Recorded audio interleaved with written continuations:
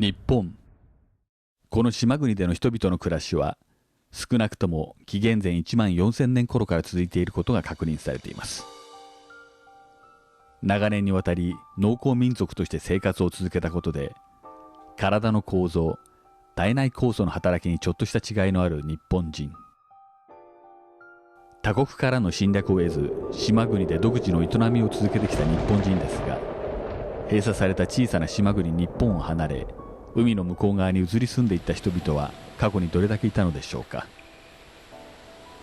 もしかしたらここカナダにもはるか昔にやってきて以来今日に至るまでその血族を維持している人々がいるのかもしれません。人が集い、長が選ばれ、国ができ、そこにいつしか抱かれた欲や憎しみが争いを招き、自らの民を戦場に送り、多くの犠牲を出す。この地球ではこうした繰り返しが今も続いています。もちろん他にとらわれず質素で平和な暮らしを続ける人々も数多くいます。利益をめぐる競争、人を隔てる国境がなくなり、誰もがお互いを受け入れ、共に手を取り合える時代はいつになったらやってくるのでしょう。戦後、地位や権力、貧富や優劣が激しく競われる混乱の中、同じ土地で生まれ育った民ではあるものの、戦争を理由に敵対視された日系人の社会復帰には多くの困難が見られていました。One of the things I had thought I would do, as soon as I was able, I would try to do what I could to improve the Japanese-Canadian identity. And two of the major things we did was, one was the New Denver Memorial Center. The initiative was from New Denver. There was a Keowakai society that started the idea of saving the houses and somehow getting a museum set up. We were approached and we immediately put funds available for them to go ahead with that. And that really got them going because they needed money. And they really got it going. And interesting enough, one of the things we did fund was David Suzuki's foundation. They were just at the point of developing a foundation, and they needed to have funds to put on a big conference, which they approached us, and we went and funded them to do this large program. And it gave them the impetus to go ahead and go on to have their David Suzuki Foundation. In fact, he wrote me a letter in which he said that, you know, that funding at that early period really put their foundation on the map. That was one of the early things we did. We also, of course, began several centers. Two of them that were we helped fund was the one in Vancouver, which became the Nikkei place, and we also funded, of course, the Toronto one. You know, they got to the point where they had a beautiful building, Moriyama building, which was a wonderful building, but it was too small. In the 40s, there was a national movement to bring the Japanese together, and that was trying to get the franchise and also come out from under the War Measures Act and the Emergency Transitional Powers Act. And they created the JCCA, the Japanese Canadian Citizens Association, right across Canada. And in 1949, when we were finally allowed back into BC, the Vancouver JCCA was organized. They had Lethbridge, Vernon, Kamloops. We had JCCAs right across Canada. And so we had been organized long before that, but then after having received our freedom, it sort of fell apart. It didn't really fall apart. The organizations never stuck together, were not unified. And so Toyo Takada, when he researched the archives and he found out that Manzo Nagano was the first immigrant, landed immigrant, registered, 1977 would be the centennial year, so he traveled across Canada, rallying the various organizations to celebrate the centennial. And he did a very successful job of it. this unified the Japanese Canadians. And Roger Obata, who was the instigator or the chairperson of the Centennial Society, tried to create a national cultural organization. And the JCCA, there was Vancouver, Lethbridge, Vernon, Winnipeg, and Toronto. They had the JCCA at Hamilton too. Wanted to, the national organization as the JCCA wanted to come together to become the national organization again. But there were an awful lot of organizations said that that's a political organization and we will not join. The Kamloops was one of them. And so they changed the name and also the mandate of the JCCA. They changed the name to National Association of Japanese Canadians, and also to look after some of the cultural and social events, because we were vying for a charitable status. And a charitable organization can't take a real active part politically. And then the national board wanted a representatives from BC on their board. So Gordon Kadota and I were appointed to the national board. And this is how the national organization got started nationally.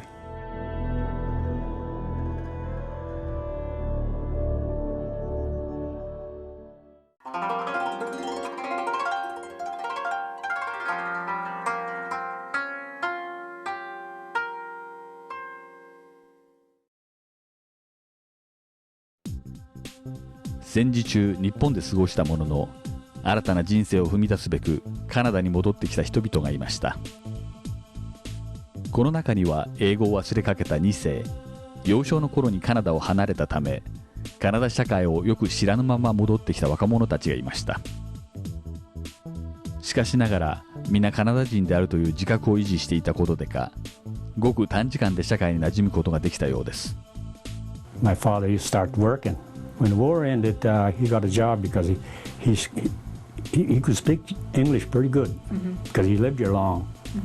So he got a job working for the U.S.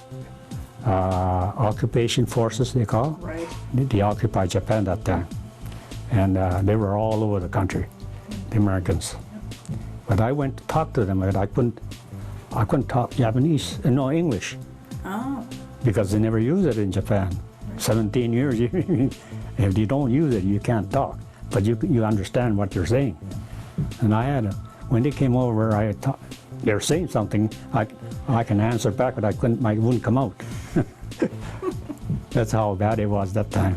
Because in Japan, during the war, you couldn't use any English. You used to have a lot of English names to it, because they never had match or anything before. And then they never had a pocket or anything. So they changed it. They said, don't use a pocket, use a monoire. That's how they strict everybody not using English anymore. Wow. But when we first went to Japan, we couldn't speak Japanese. All four of us yapping away with English. Yeah. So next door, they said, who are these guys? They couldn't figure out what we're saying, because we're all English speaking. After saving for 8 years, I finally saved $280. And then I got on the Hikawa Maru. But in those days, Japanese yen wasn't changing to Canadian dollars. Right. So I had no money. So I wrote to somebody I knew out here, and I asked them, do you think you can find me some kind of job to start? And this is the only kind of job that Orientals are hired, or maybe domestic or garden or something like that. And I said, domestic's fine, if they will pay my taxi when I get off. Wow. So with that, I promise, I came out here and I started my life back in Canada. Wow. But it was, when I first got off the ship, I was so happy. I came on a freighter from Kobe, which arrived in Prince Rupert. But all along I had communicated with my brother Charlie that I was coming back, and He had just moved into a house on Oak Street, 57th and Oak, and there was a room for me. So I stayed at my brother's place. I had no immediate plans, but for one, I had to get into an environment or work or whatever to be exposed to the Canadian life, or to pick up English or learn English, if I may. So I started looking for work. I went to the NYK line, the Kawamaru that brought me over, their agency here, and asked for a job, and they said, "Do you speak two languages?" And I said, "Yes." Wow. And they immediately hired me. My education after that had to be all with paper and, you know, anything I could get hold of.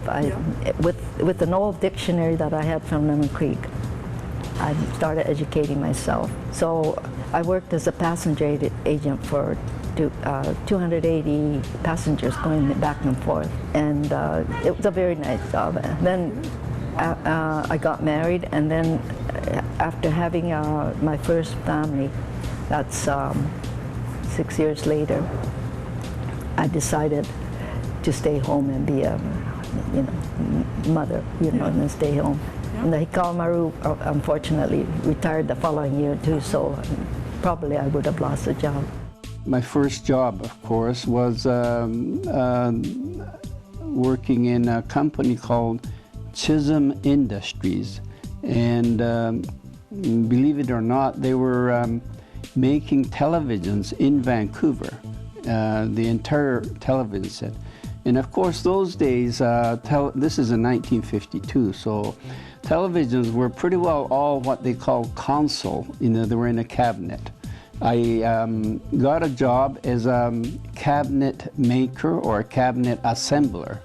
So I worked there for a few months, but because I was only 19 and I had not spent any time in Canada other than from the time I was born for 7 years, and most of which one doesn't know because they were so small. So I needed to feel Canada or America. So I think I got a Greyhound bus ticket, and also I traveled by rail.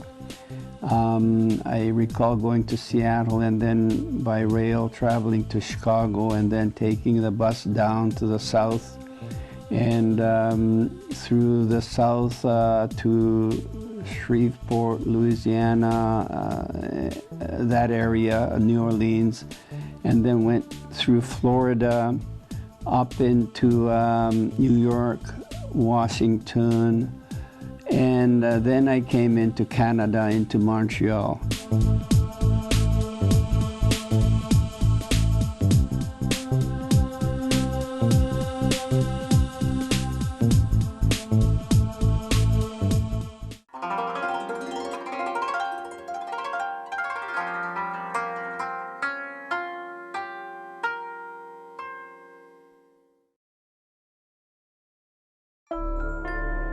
カナダ人として生まれてきたものの、日系人であるがため、戦後自身の前途を閉ざされた人々が数多くいました。カナダはすでに多文化国家として形成され始めていたこともあり、日系人に対し偏見を抱かない人々も確かにいました。そうした中、カナダ人としてのステータスをいち早く印象づける手段としてか、軍部への入隊を希望する若者たちの姿がありました。彼らの意思に反し、中には入隊に反発を示す親もいたようです。I decided I was going to join up, and we had this discussion with my parents, and it was and my two immediate brothers. Well, the first question my dad asked was, when I said, I'm going to join up, he said, how, in Japanese, he said, how can you go and fight for a country that treats us like this? A most logical question, right? And I said, I'm not going to go because of the Union Jack and God Save the King, which is what it was. I said, no. Dad and Mom, we've come out here to Ontario. We're making a new start in our lives. People are nicer to us here than they were back in BC, but still some of them aren't sure about us, because if we hadn't done anything wrong, how come we were kicked out, right? If, I said, since we're making a new start, if I join up, I get a uniform with Canada up here and so forth, life is going to be so much easier for me and my brothers and sisters than Dad and Mom. So that's why it's a very practical reason why I should join up. My mom said something very Japanese. She said, "What will our friends say?" Because, you know, Japanese are very group, you know, people, you know, and so forth. And when she said friends, although there were quite a few of them out, you know, east and so forth, the majority of them were still back in the camps in BC. So I says, well, I says, you know, they might have trouble understanding it, but, you know, that's what it's like out here. So anyhow, I joined up. I worked 2 years for the farm, and when the 2 years was up, I went to the office. The farms, they had an office there, and I went and I asked this, I want a raise because I'm finished my contract, and I don't want to stay like this rest of my life. You know, if you're going to give me a raise, then I'll stay. He says, no, we can't give you a raise. So I went downtown Toronto. I walked into this recruiting office for the Army. I said, "Gee, maybe I'll try that place." As I went in there, and I asked him, "It's like, can I enlist with the Canadian Army?" He said, "Sure." He says, "Show your birth certificate." So I showed him. He says, "Oh, good. We want drivers," he says. So I was driving at the farm. So, okay, we'll swarm you in, and you can go to Camp Borden and do your basic training. So I went back to the farm. I says, "I'm going to quit." He said, "Why?" So he didn't expect I was going to get going in the Army. When we moved into Winnipeg, we were still considered enemy aliens. And even little kids, you know, Japanese kids were considered enemy aliens. So I joined the Sea Cadets to see if, you know, the Sea Cadets was used as a recruiting field for the Canadian Navy. And I was just wondering if they would accept me. They did. But I was, you know, waiting for it to be kicked out. And finally, that was in 1946, September. And in 49, I got called up to the commanding office for some strange reason. And so the first question is, I asked him, "Are you going to kick me out?" And he said, "What for?" Which is a great relief. I told him I was an enemy alien, considered an enemy alien. He says, "I know all about that situation," but he says, the Sea Cadets and the Navy League of Canada are trying to create better citizens out of its youth, so we'll keep you in.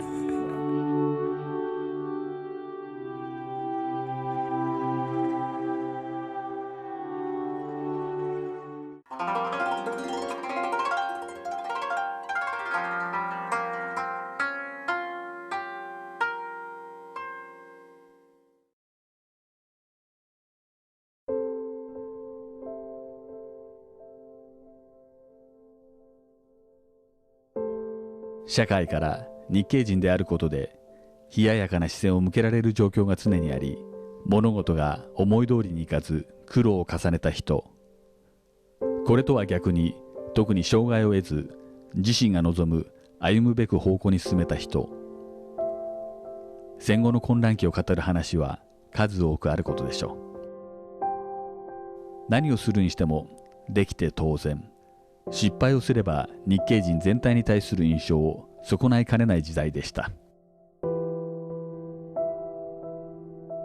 I was down to my last dollar, you know, that I didn't know where my next meal was going to come from. And I went to this company, Hunt's Limited. They're no longer in existence, but they had a chain of stores in Metro Toronto, and they had a plant, and they manufactured cakes and cookies and that, plus chocolates. So they hired me as a receiver, you know, receiving 100-pound bags of flour and sugar all day. Right. But he said to me, Mr. Herger, still remember General Manager, he was very, very sympathetic to me, because I was down to my last dollar, and I told him how desperate I was. Well, he says, Fred, if I hire you and told my employees that you're a Japanese descent, they'll all go on strike. But this is what I suggest. For 6 months, I'm going to tell you that you're a Filipino. And then after 6 months, after you work with the employees, you quietly tell them that you're Japanese. And that's what I did, because I was desperate. And so it worked, and after about 6 months, I told my fellow workers that I was Japanese, and they accepted me. Wow. And Hunts Limited, that was my first job there. Well, when I finished my master's, the prof said, I talked with the department chair, and we need, because it was really expanding at that point in the middle 60s, grad studies in particular was really expanding. And said, hey, you want to do, we can take you on as a sessional, and if you're interested. And I was never expecting anything like that, so I said, well, yeah. And then I found out my income was double what I was earning out there being an ordinary, public school teacher. So I thought, hey, things are really turning out well. Actually, when I look back, I just think of myself as one of the luckiest guys. Just lucky, everything just kind of worked out, just a lot of surprising, like I'm not planning to do this or do that. It's just like opportunity comes around, and hey, it just works out nice. So that's just sort of the start of these opportunity kinds of things. And so I got on, and then the next year they said, do you want to become a full member, full-time, tenure track? Oh, gee, what? Yeah, that seems like a nice thing.